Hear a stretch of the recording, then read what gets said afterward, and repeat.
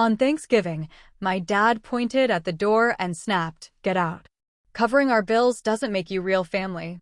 Mom leaned over and muttered, "You're just jealous of your brother." I shrugged. Perfect. Then he can handle the whole balance. That night, I shut off every account and service that had my name on it. By morning, patrol cars were sitting in their driveway. Can you believe someone would tell you that paying their bills doesn't make you family right after you've kept a roof over their heads for years? My dad actually snapped that Thanksgiving, shouting I was holding money over their heads, and then my mom, my own mother, whispered, "You're just jealous of your brother." That was the moment I realized they were living in an alternate reality, and I knew, with a chilling certainty, that everything was about to change. That night, I shut everything down. By morning, the chaos began, cops, tears, and a family completely torn apart. I'm Rachel, and I'm 28 years old. As a financial analyst at one of Boston's top firms, you'd think I'd feel accomplished, right?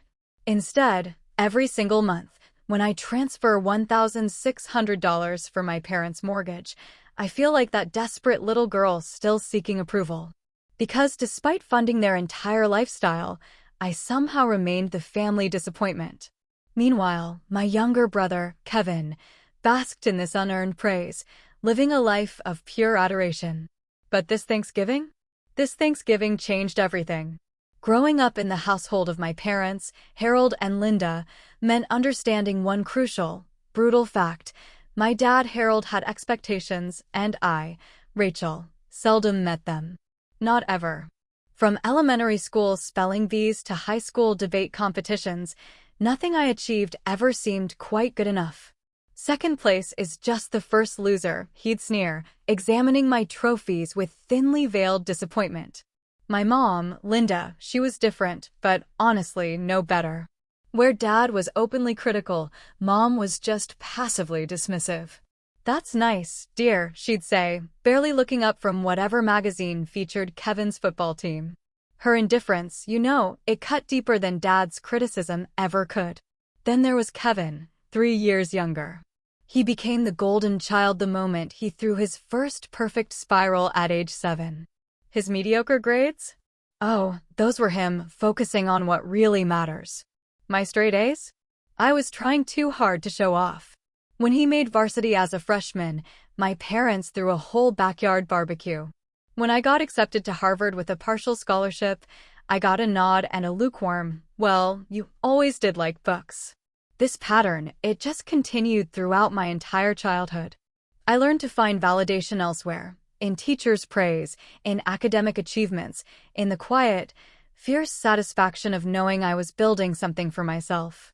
I threw myself into my studies, determined to create a life where I wouldn't need their approval. College was my escape. At Harvard, I double-majored in economics and computer science, graduating with honors. No one from my family attended the ceremony. Kevin had a football game that day. I told myself it didn't matter. I landed a job at Beacon Financial Partners, one of Boston's most prestigious firms, and started building a real life for myself in the city. For 5 years, I maintained polite but distant contact with my family. Holiday visits, occasional phone calls. Nothing too deep. Then, 3 years ago, everything changed. Dad called on a Tuesday evening, his voice uncharacteristically subdued. He'd been laid off after 20 years at the manufacturing plant. At 58, no college degree, in a shrinking industry, his prospects were grim. Mom had only ever worked part-time at the local library. Their savings, what little they had, were rapidly depleting. The mortgage was 3 months behind. They were about to lose the house I grew up in. I had just received a substantial promotion. My new salary allowed for a comfortable life in Boston's expensive housing market, with enough left over to build my savings and investment portfolio. Without hesitation, I packed up my apartment and moved back to my hometown, renting a small place just 15 minutes from my parents. I started paying their $1,600 mortgage directly to the bank. I covered utilities, groceries, car insurance, about $800 in additional monthly expenses. "Just until Dad finds something new," Mom had said, squeezing my hand with tears in her eyes. That was 3 years ago. Dad had found part-time work at a hardware store, bringing in barely enough to cover their personal expenses. Mom had picked up more hours at the library, but the mortgage and utilities remained squarely on my shoulders. $9,600 a year, every year, for 3 years. $28,800 in total so far. Did they appreciate it? Not in any way that mattered. Dad still criticized my investment choices. Mom still compared me unfavorably to Kevin, who had moved to Chicago after college, working in sales for a sporting goods company. He called on holidays, sent birthday cards, but contributed nothing to our parents' financial situation. Yet somehow, he remained the perfect son in their eyes. This year, I decided to host Thanksgiving at my apartment. I had recently been promoted again, and my new place finally had a dining room that could comfortably fit everyone. I invited Mom and Dad, Kevin and his new girlfriend, Brittany.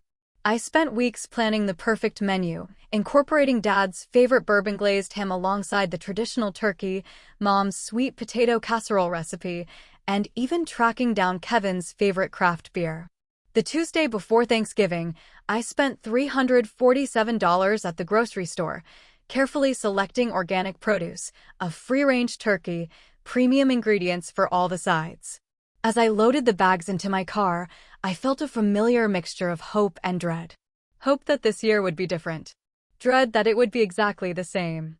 They'll see how much effort you're putting in, I told myself, adjusting the rearview mirror. But as I caught my reflection, eyes already tired from anticipatory stress, another voice whispered, "When have they ever?" Thanksgiving morning arrived with the smell of butter and spices already filling my apartment. I had been up since 5 a.m., preparing the turkey, chopping vegetables, organizing my kitchen for maximum efficiency. The dining table was already set with my best dishes, wedding gifts from a marriage that hadn't worked out, but that's another story. Crystal wine glasses gleamed under the soft light of my grandmother's antique chandelier, the only family heirloom I had managed to claim. As I worked, memories of previous Thanksgivings paraded through my mind. Last year at my parents' house, Dad had complained that the turkey was dry while Mom fretted that I was still single at my age. The year before, they had spent dinner talking about Kevin's recent promotion, barely acknowledging that I had just closed the biggest account of my career. And the year before that, Mom had invited my ex-boyfriend without telling me, hoping to help us reconcile. We hadn't spoken in months. My phone buzzed with a text from Amber, my best friend since college. Survival plan in place. Remember what we talked about, boundaries. I smiled, grateful for her concern. Amber had been my rock through years of family drama. She had offered to join us today as moral support, but I had declined. Some disasters are better faced alone. All good, I texted back. Turkey in oven, alcohol stocked. Escape plan. Fake work emergency at 8 p.m. if necessary. Her reply came immediately. I'll call it 8 sharp. Use code word spreadsheet if extraction needed. Love you. At 11:30, the doorbell rang. Mom arrived first, carrying a store-bought pumpkin pie despite my assurance that dessert was covered. The table looks nice, she said, surveying my carefully arranged settings. But wouldn't it be better with the blue plates? These white ones are so corporate. I bit back the reminder that she had always used white plates for every holiday. Thanks for the pie, Mom. You can put it in the kitchen. She frowned at the turkey roasting in the oven. You're not using my recipe? I'm trying Ina Garten's method this year, I explained. It involves brining overnight and, well, I hope your father won't mind experiments. You know how traditional he is.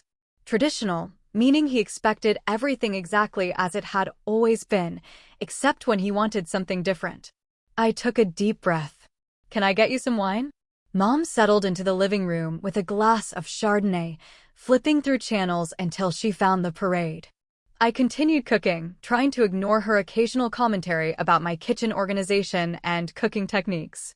At 12:15, Kevin arrived with his girlfriend, Brittany. He carried nothing but his phone, which he was scrolling through as he walked in. Brittany, at least, brought flowers, yellow roses that she handed to me with a genuine smile. These are beautiful, I said, touched by the gesture. Thank you, Brittany. Our pleasure, she said, glancing at Kevin, who was already hugging Mom. Your place is gorgeous. Can I help with anything? Before I could answer, Mom exclaimed, "Kevin, look how handsome you are. That Chicago weather must agree with you." Kevin grinned, accepting Mom's adoration as his birthright. The Bears are having a good season, too. My sales numbers for team merchandise are through the roof. "That's wonderful, honey," Mom beamed.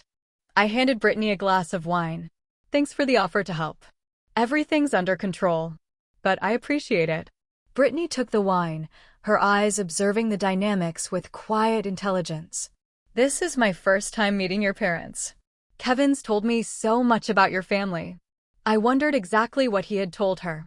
From the sympathetic look she gave me, I suspected more truth than fiction. Dad arrived last at 12:45, 15 minutes before the scheduled mealtime. He carried a six-pack of domestic beer despite the selection of craft beer I had purchased specifically for the occasion. "Place is hard to find," he grumbled by way of greeting. "You should have better directions on your building."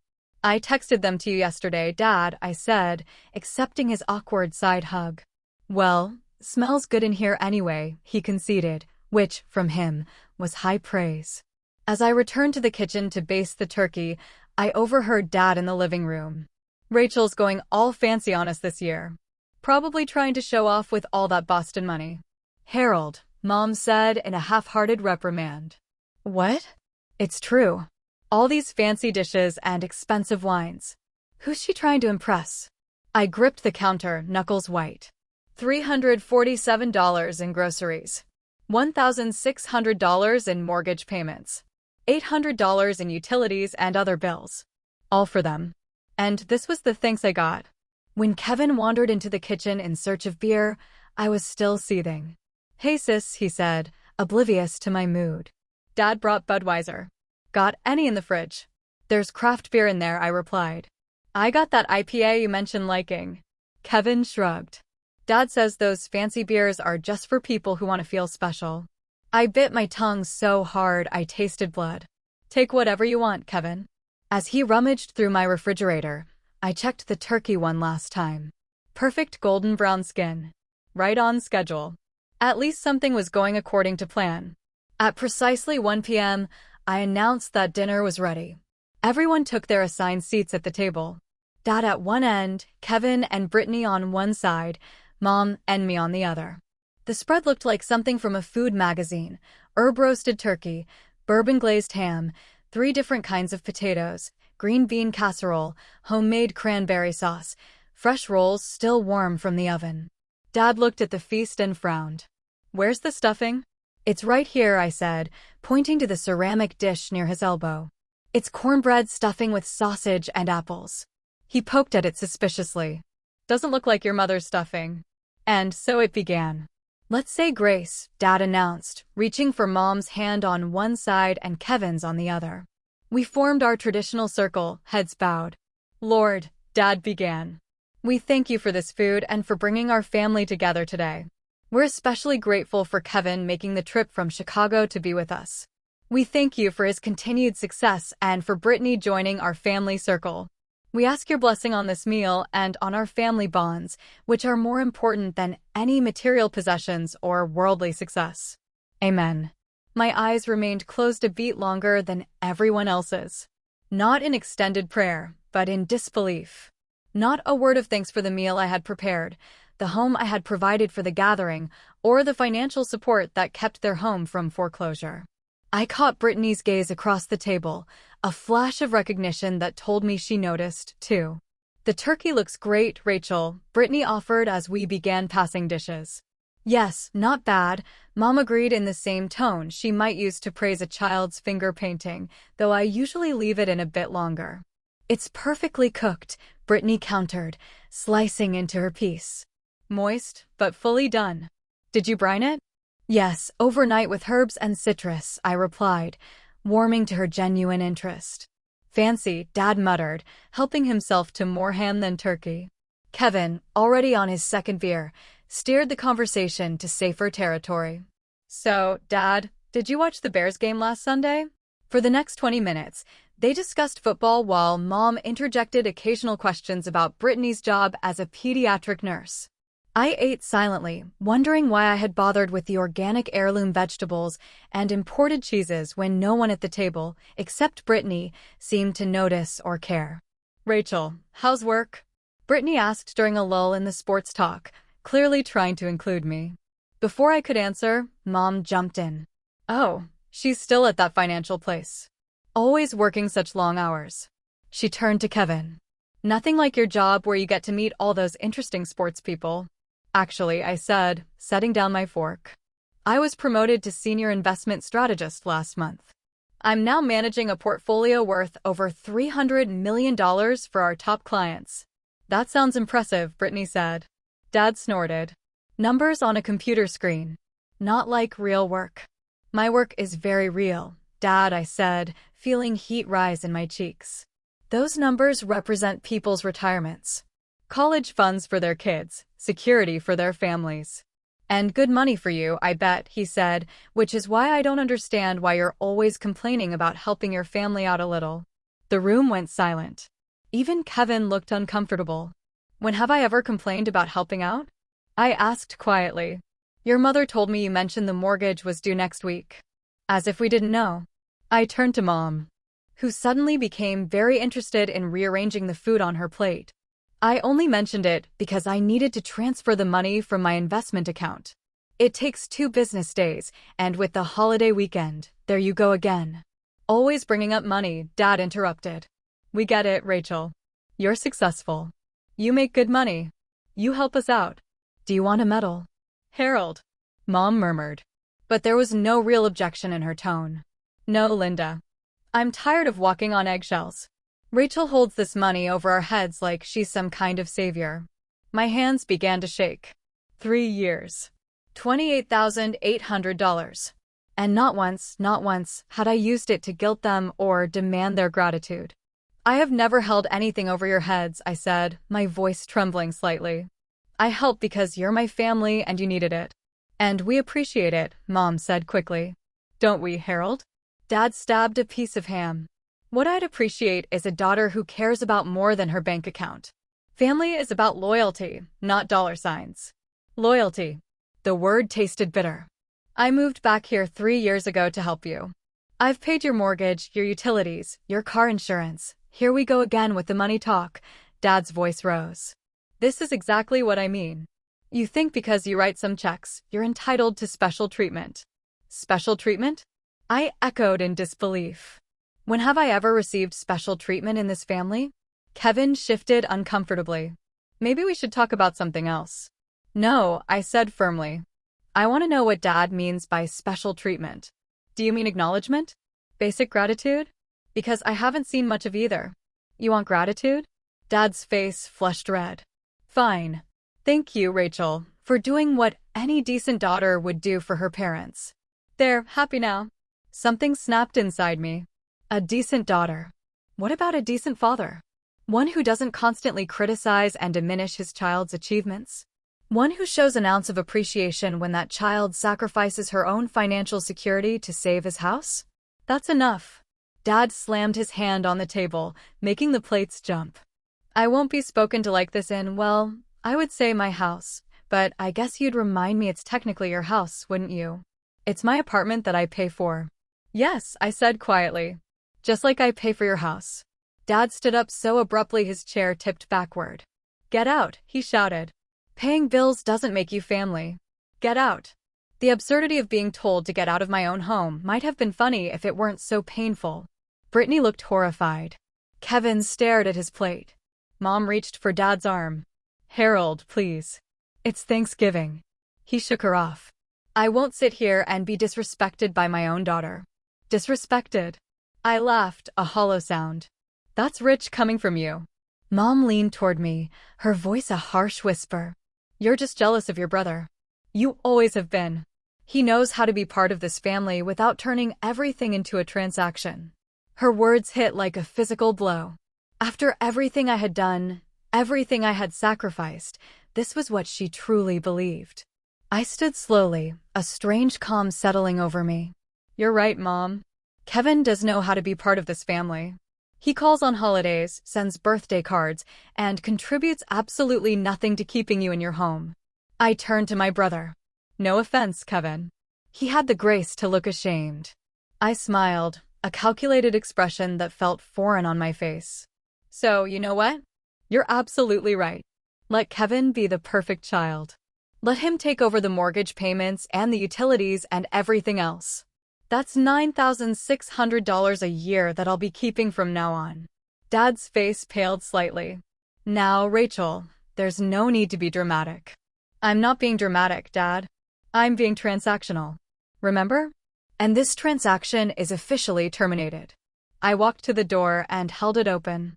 Dinner's over. Please leave. Rachel, Mom began. But I cut her off. Now, all of you. One by one, they filed out. Dad fuming, Mom tearful, Kevin avoiding my eyes. Only Brittany paused at the door. I'm so sorry, she whispered. For what it's worth, I think you deserved better. After they left, I closed the door, turned the lock, and leaned against it. The table was still laden with food, glasses half full, napkins abandoned. $347 in groceries, $28,800 in support, and now freedom at a price I was finally willing to pay. After everyone left, I stood in the deafening silence of my apartment, surrounded by the remnants of the disastrous Thanksgiving dinner. The turkey was cooling, potatoes congealing, wine glasses half empty like abandoned sentinels. I grabbed my car keys and walked out, needing to escape the suffocating atmosphere. For 2 hours, I drove aimlessly through town, past the high school where I graduated valedictorian to minimal applause, past the park where Dad had taught Kevin to throw a football but never attended my debate competitions, past the library where Mom worked but had never displayed my academic awards alongside Kevin's sports trophies. Memories flooded back with each landmark. The time I won a national essay contest in 10th grade and Dad had said, "It's just writing. Anyone can put words on paper." The time Mom had forgotten to pick me up from math club because Kevin had a scrimmage, leaving me waiting in the rain for 2 hours. The time they had used my college fund to buy Kevin a car because he needed it more for sports. My phone rang, breaking through the spiral of painful recollections. Amber. Hey, I answered, my voice thick with unshed tears. Rachel, what's wrong? Did something happen at dinner? The concern in her voice cracked my composure. I pulled into an empty parking lot and told her everything. Dad's outburst, Mom's accusation, the final ultimatum. Oh, all right, Amber sighed when I finished. I'm so sorry. But honestly, this has been coming for years. What do you mean? You've been their ATM, with no recognition, no appreciation, and definitely no respect. They've been financially and emotionally abusing you, and you've been letting them. That's not, I started to protest, then stopped. Wasn't it exactly that? Remember when we talked about enabling toxic dynamics? Amber continued gently. You've been enabling them to treat you badly by continuing to fund their lifestyle while accepting their disrespect. A tear slid down my cheek. So, this is my fault? God, no. Their behavior is 100% on them. But continuing to pay their bills while they treat you like garbage? That's a choice you've been making, and you can unmake it. The clarity of her words hit me like a thunderbolt. For 3 years, I had been telling myself I was doing the right thing, the responsible thing, the loving thing. But what kind of love demanded everything and gave nothing in return? You're right, I said, wiping away tears. This ends tonight. What are you going to do? Exactly what I told them. I'm cutting them off completely. Are you sure? That's a big step. I started the car. I've never been more sure of anything. I'll call you tomorrow. Driving back to my apartment, I felt a curious mixture of grief and determination. The family I had tried so hard to please, to support, to love despite everything, that family might be lost to me now. But perhaps it had never really existed, except in my desperate hopes. Back home, I cleaned up the dining room methodically, wrapping leftovers, washing dishes, restoring order to the physical space, while my mind mapped out the financial extrication plan. Once the kitchen was spotless, I sat down at my desk and opened my laptop. First, I logged into my bank account and canceled all automatic payments to the mortgage company, utility companies, and insurance providers associated with my parents' home. Each cancellation required confirmation, asking if I was sure. Yes. Yes. Each click felt like breaking a chain that had bound me for too long. Next, I drafted an email to Michael, my family lawyer. Dear Michael, I am writing to formally document my decision to cease all financial support to Harold and Linda Morgan effective immediately. For the past 3 years, I have voluntarily covered their mortgage payment of $1,600 per month and approximately $800 per month in additional expenses, including utilities and insurance. This arrangement was never contractually established and was intended as temporary assistance during their financial hardship. I am under no legal obligation to continue these payments. As of today, November 24th, I am terminating all financial support. Please keep this email as documentation of this decision in case of any future disputes. Regards, Rachel Morgan. After sending the email, I texted my parents' landlord, clarifying that I would no longer be responsible for any payments related to their property. The response came quickly. Understood, Rachel. I'll update our records.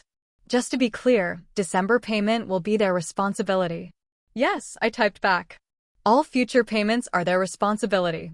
Finally, I logged into the utility company websites and contacted each provider to remove my name and payment information from their accounts.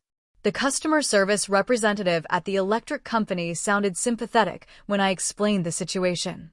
We'll send notification to the account holders that payment information has been changed, she said. They'll have 7 days to update with new payment details before service is effected. Thank you, I replied, feeling a twinge of guilt that I quickly suppressed. They had 7 days. That was fair warning. By midnight, I had dismantled the entire financial structure I had built to support my parents. Nearly $2,400 monthly would now remain in my accounts. The weight of that responsibility lifted, but in its place settled a heavy sadness. Despite everything, they were still my parents. I still remember Dad teaching me to ride a bike, Mom reading me bedtime stories before Kevin was born and became the center of their universe. I booked a hotel room for the night, not wanting to be in my apartment if they decided to return. As I packed an overnight bag, my phone exploded with notifications.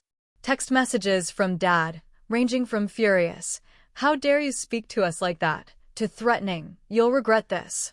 Voicemails from Mom, alternating between crying and guilt-tripping. Nothing from Kevin yet. I silenced my phone, grabbed my bag, and took one last look around my apartment, the place that should have been my sanctuary, but had become another battlefield in the endless war for my parents' approval. Tonight, I was retreating. But this wasn't surrender. This was strategic withdrawal to protect what mattered most, my self-respect.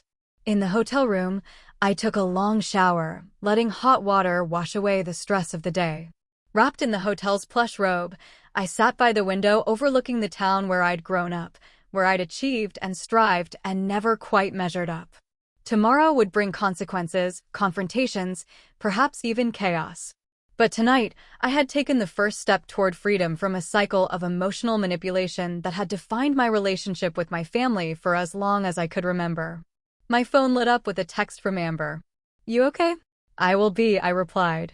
And for the first time in years, I actually believed it.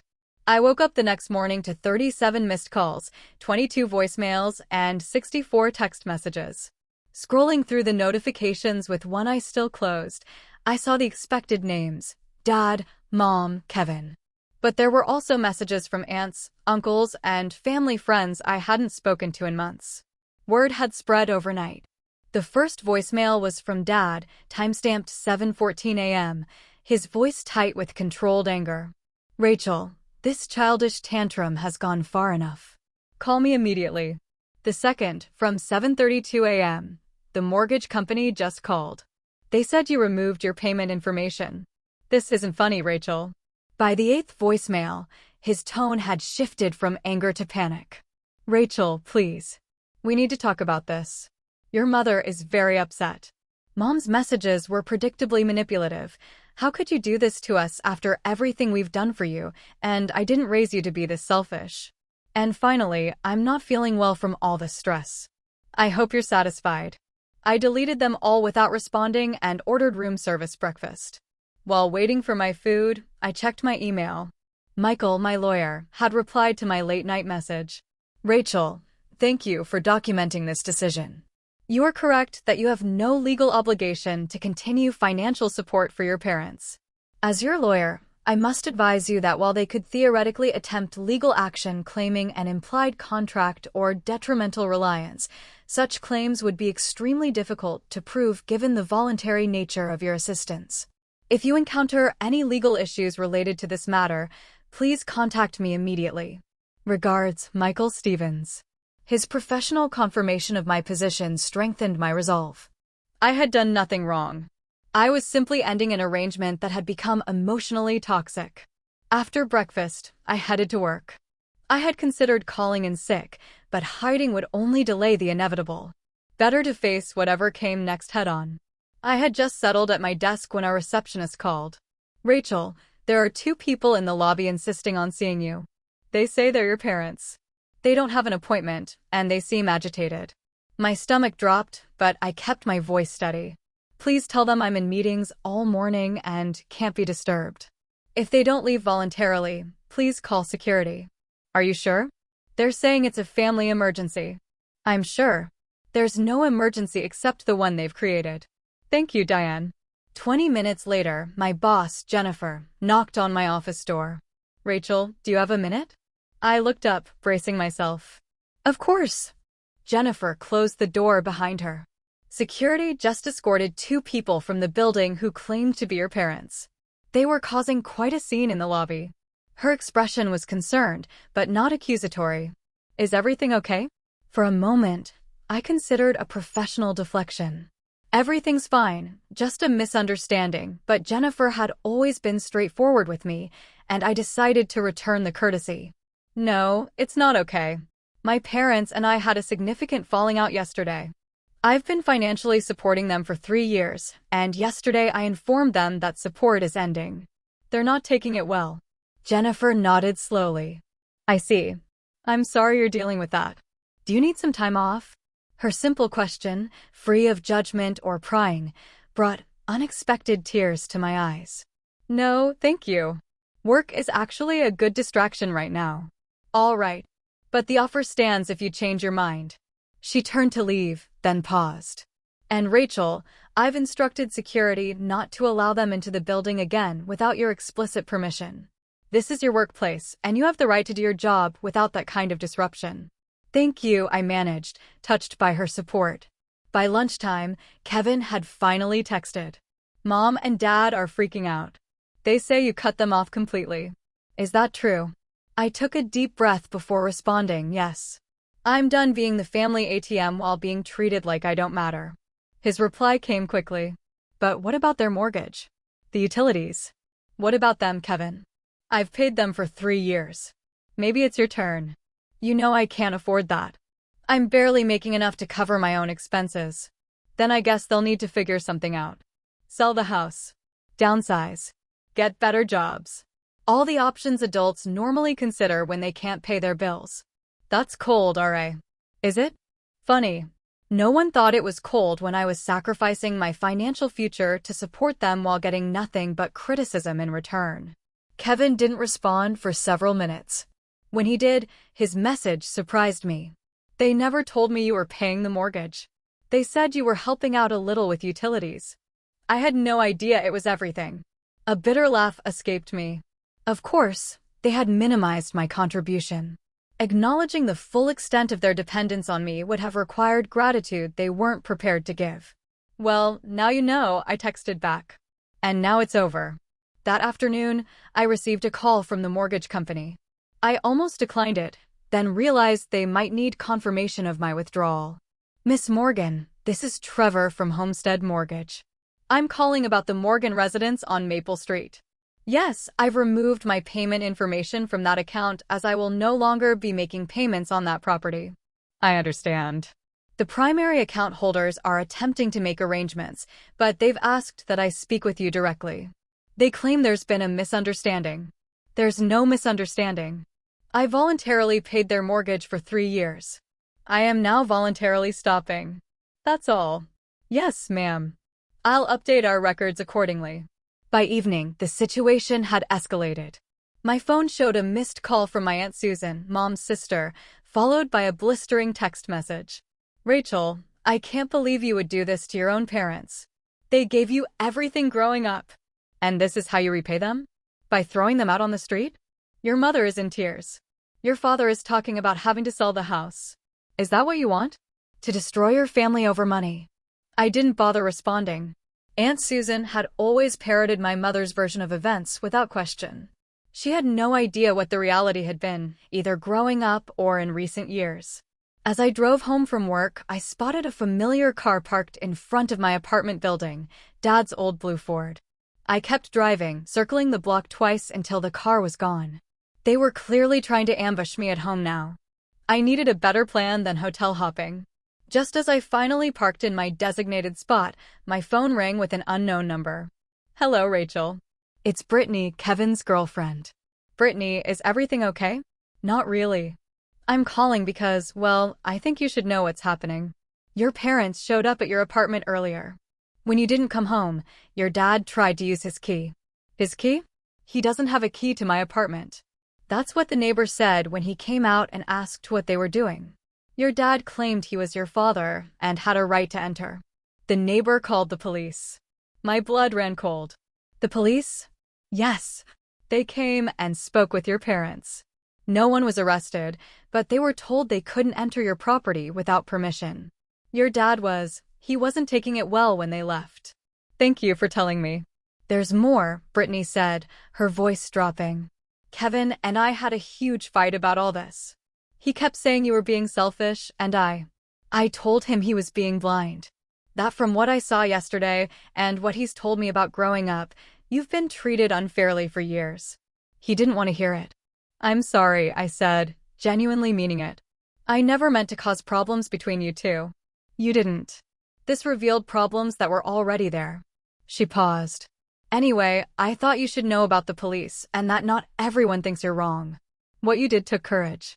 After thanking her again, I called the local police non-emergency line to file a report about the attempted entry and request additional patrols near my building. The officer I spoke with was professional and took the information without judgment. We'll make a note to increase patrols in your area for the next few days, he assured me. If they return and try to enter again, call 911 immediately. That night, I slept fitfully, jumping at every sound outside my door. By morning, texts from various family members had continued to pour in, ranging from concerned to accusatory. My cousin Melissa, always the family gossip, sent the most revealing message. OMG, the whole family is talking about your parents getting police called on them at your apartment. Your mom told everyone you're having some kind of breakdown and they were just checking on you. What is actually happening? I decided to reply to this one with simple facts. I stopped paying their bills after years of financial and emotional abuse. They tried to enter my apartment without permission when I wasn't home. A neighbor called the police. I'm not having a breakdown. I'm finally standing up for myself. Melissa's response was immediate. Whoa, that's not what they're telling everyone. I'm sure it's not, I wrote back. But it's the truth. As the day progressed, the utilities at my parents' house began shutting off one by one as the grace periods expired without new payment information being added. I learned this through a series of increasingly frantic messages from Mom. The internet just went out. Now the electricity is gone. In November. It's freezing in here. The water company says service will be disconnected tomorrow if payment isn't received. I didn't respond to any of them. This was exactly what I had warned would happen. The consequences of their actions and mine were unfolding exactly as expected. 1 week after the Thanksgiving disaster, I sat in Dr. Sarah Collins's office, fidgeting with the sleeve of my sweater. I had never been to therapy before, but after 7 days of emotional warfare, I needed professional guidance.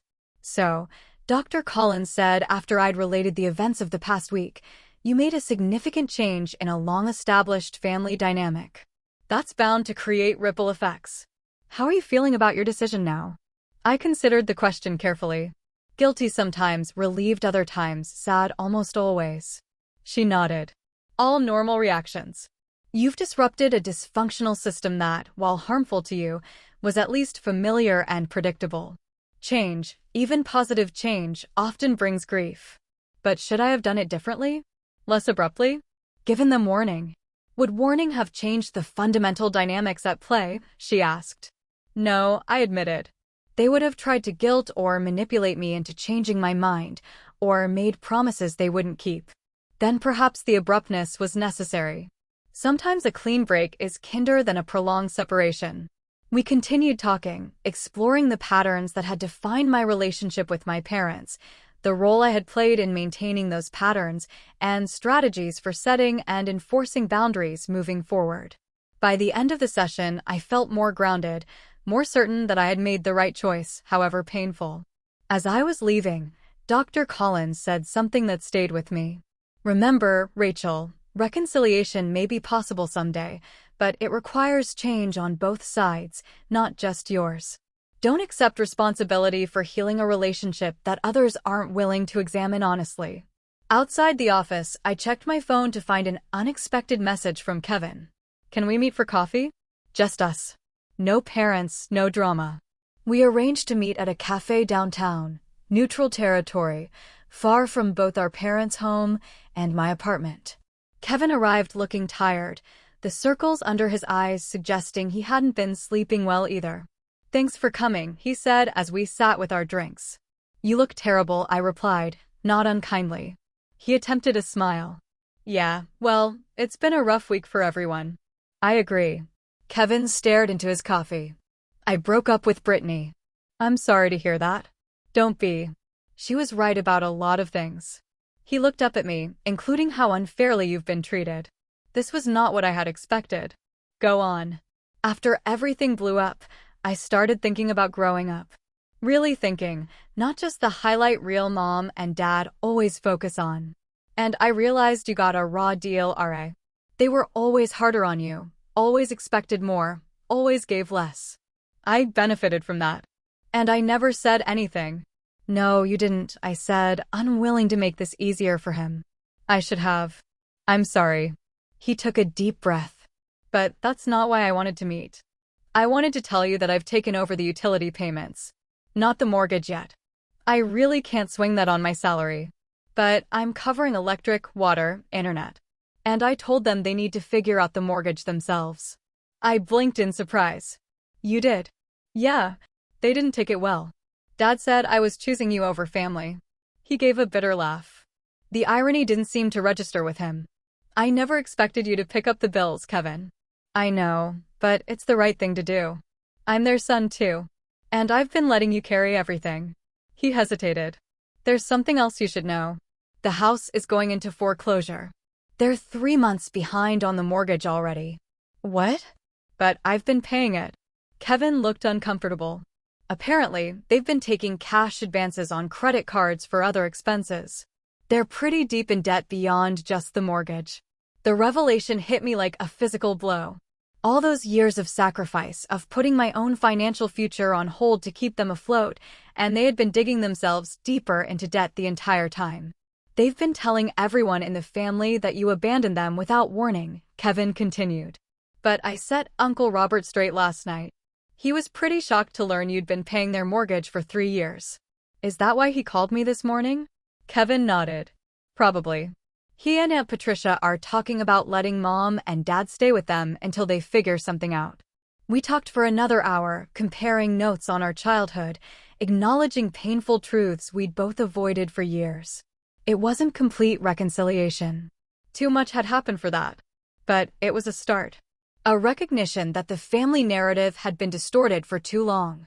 As we were leaving, Kevin asked, "Are you going to the family Christmas party at Grandma's?" The annual Morgan family Christmas gathering. I hadn't even considered it. I don't know. It might be too soon. Think about it. It might be good to have allies there. Allies? The word felt strange applied to my family, where I had always felt like an outsider looking in. I'll think about it, I promised. Later that afternoon, I received an unexpected text from Brittany. Kevin told me you two talked. I'm glad. For what it's worth, ending things with him was hard, but necessary. He's got some growing up to do. So do your parents. But you? You're already there. Stay strong. The support from unexpected quarters continued. Jennifer, my boss, called me into her office the following day. Rachel, I've been thinking about your situation. The company has an emergency housing assistance program for employees facing unstable living conditions. Given the circumstances with your family, I believe you qualify. It would cover temporary relocation if you feel unsafe in your current apartment. That's incredibly generous, I said, touched by her concern. But I think I'm okay for now. The police have been patrolling regularly, and my parents seem to have backed off from showing up unannounced. The offer stands if things change. And Rachel, the leadership team has noticed your work this past year. Despite everything going on in your personal life, your portfolio performance has been exceptional.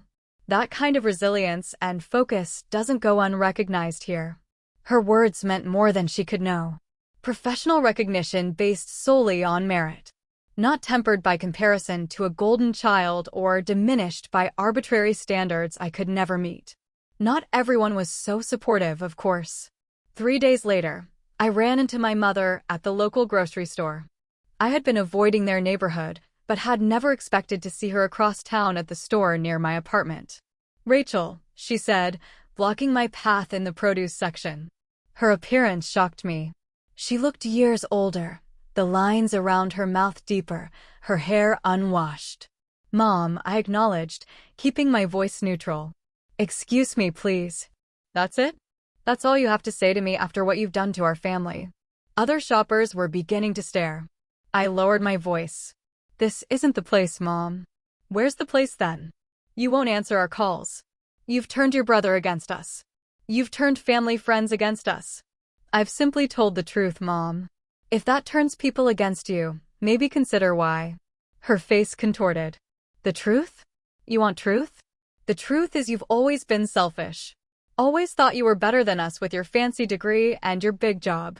We gave you everything growing up. No, you didn't, I interrupted, finally reaching my limit. You gave Kevin everything. You gave me scraps of attention when it was convenient. You took my college fund for his car. You forgot my high school graduation because he had a baseball game. You see, she cried, loudly enough that a store employee began walking toward us. Always keeping score. Always the victim. Ma'am, the employee said cautiously. Is everything okay? No, my mother spat.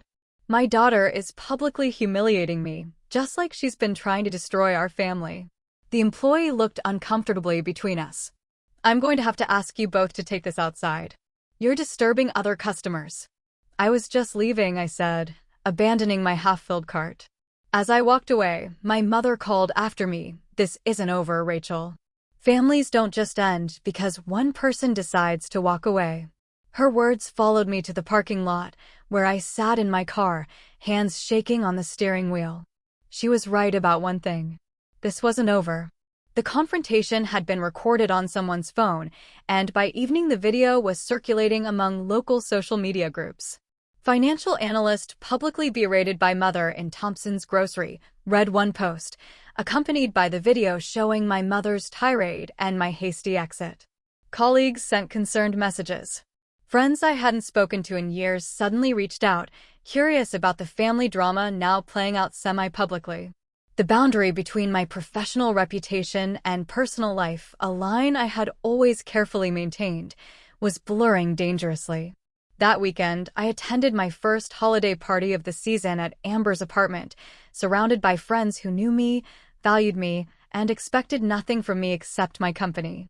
As we decorated gingerbread houses and drank mulled wine, I felt a glimmer of what holidays could be without the weight of familial obligation and disappointment. To chosen family, Amber toasted, raising her glass.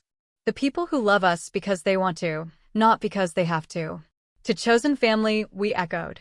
And in that moment, surrounded by genuine warmth and acceptance, I understood that I hadn't lost a family. I had found one worthy of the name.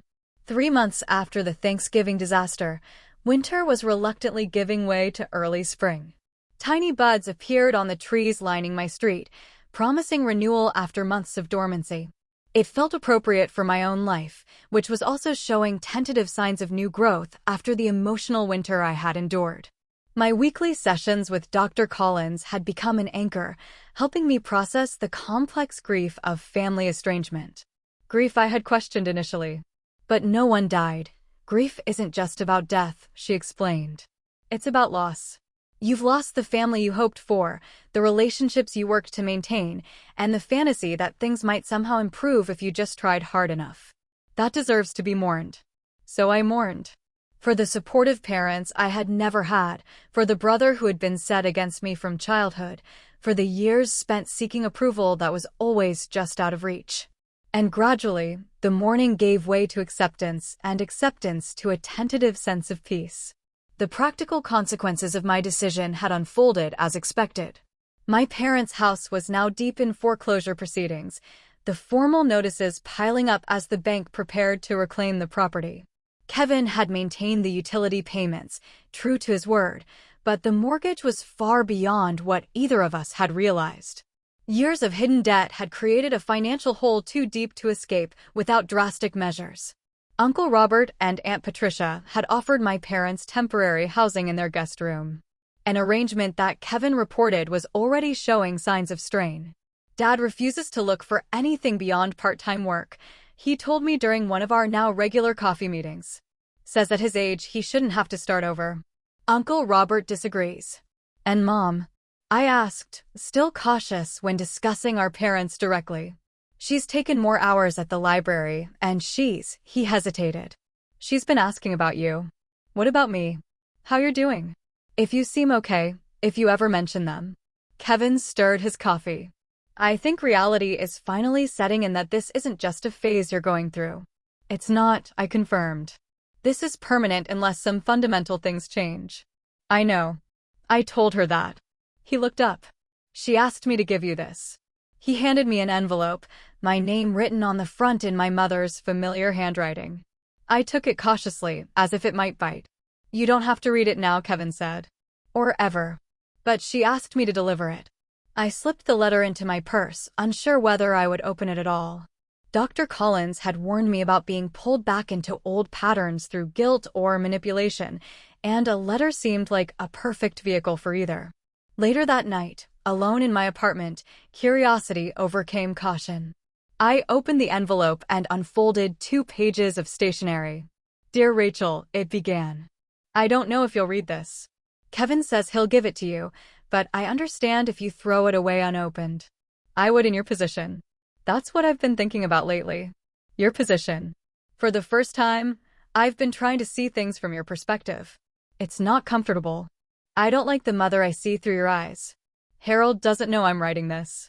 He's still angry, still blaming you for everything. I was too at first. It was easier than looking at my part in all this. The truth is, I've never been fair to you. I favored Kevin from the moment he was born. He was easier, happy, uncomplicated, satisfied with simple praise. You were always more. More intelligent, more perceptive, more demanding. You saw through empty words. You needed substance I wasn't equipped to provide. So, I took the easy route. I poured my limited emotional resources into Kevin and left you to fend for yourself. Then, I convinced myself you were fine that way, independent, self-sufficient. I told myself you didn't need the attention Kevin did. I was wrong.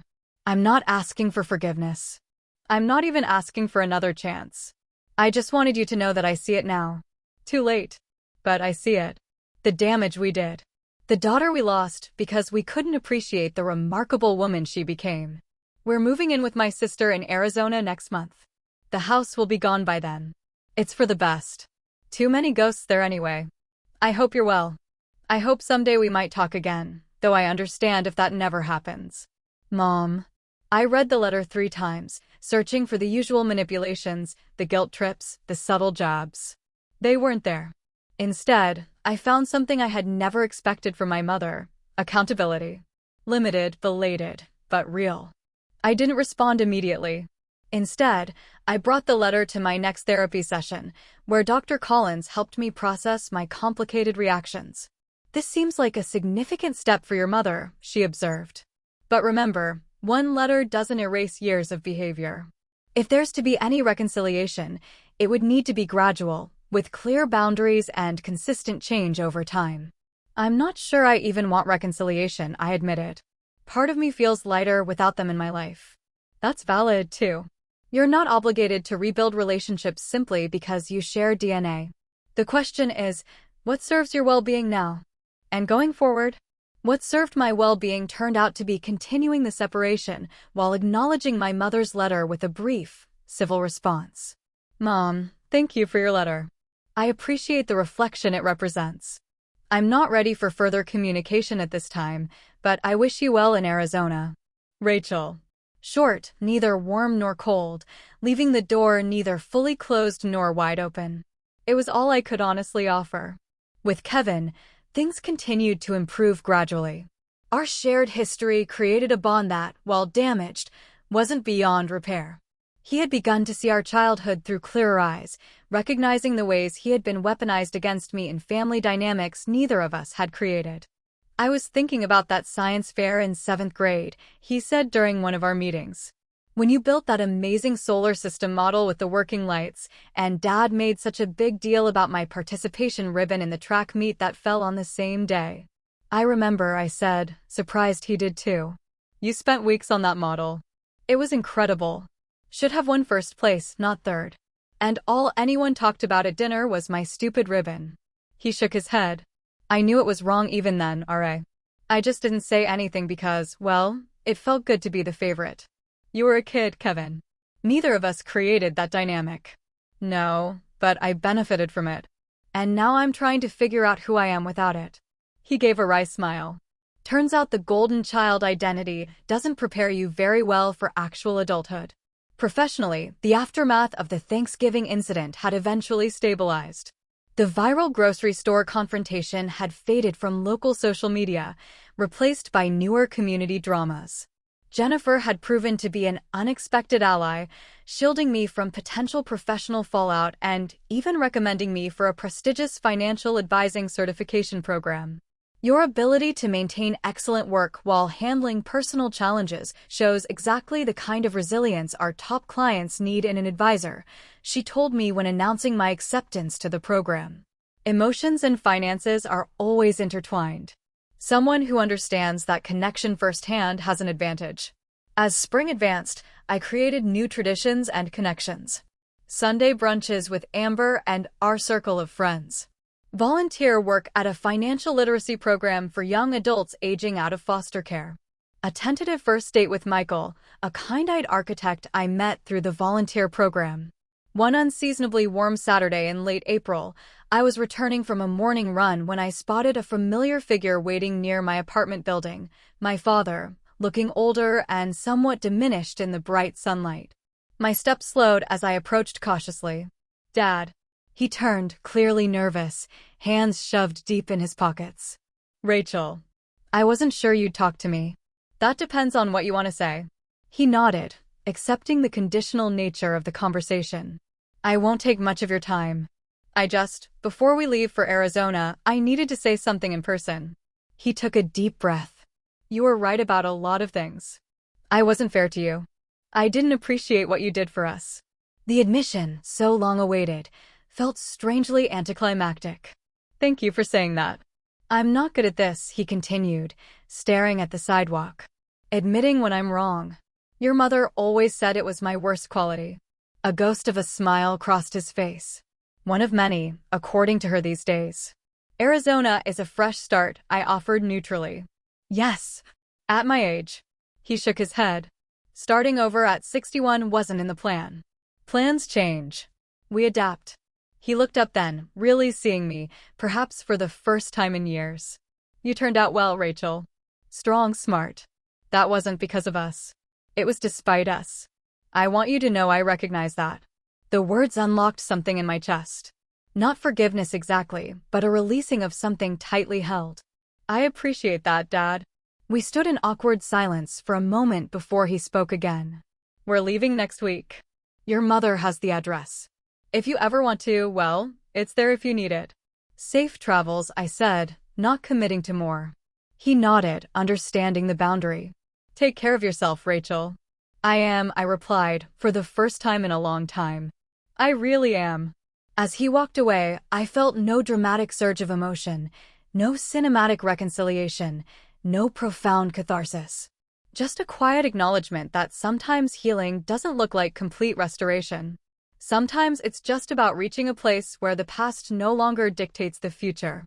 That evening, I hosted dinner for Amber, Kevin, and a few close friends. As we gathered around my table, the same one where Thanksgiving had imploded 4 months earlier, I looked at the faces of these people who chose to be in my life, who valued me as I was, who expected nothing beyond mutual respect and genuine connection. "What are you smiling about?"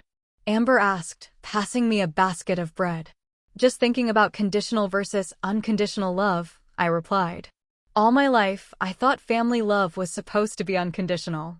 But it came with so many conditions I could never meet. And here, with friends, where we could walk away at any time. This feels more unconditional than anything I grew up with. Kevin raised his glass. To finding the right conditions to thrive. And the courage to create them when necessary. As our glasses clinked together, I realized that the family I had lost had never really existed, except in my desperate hopes and futile efforts. What I had found instead, self-respect, true friendship, honest connection, and yes, even a cautiously healing relationship with my brother, was real, solid, and mine to keep. The journey hadn't been easy. The $28,800 I had spent supporting my parents might never be repaid. The emotional cost had been higher still. But as I looked around at my chosen family, I knew with absolute certainty it had been worth every penny.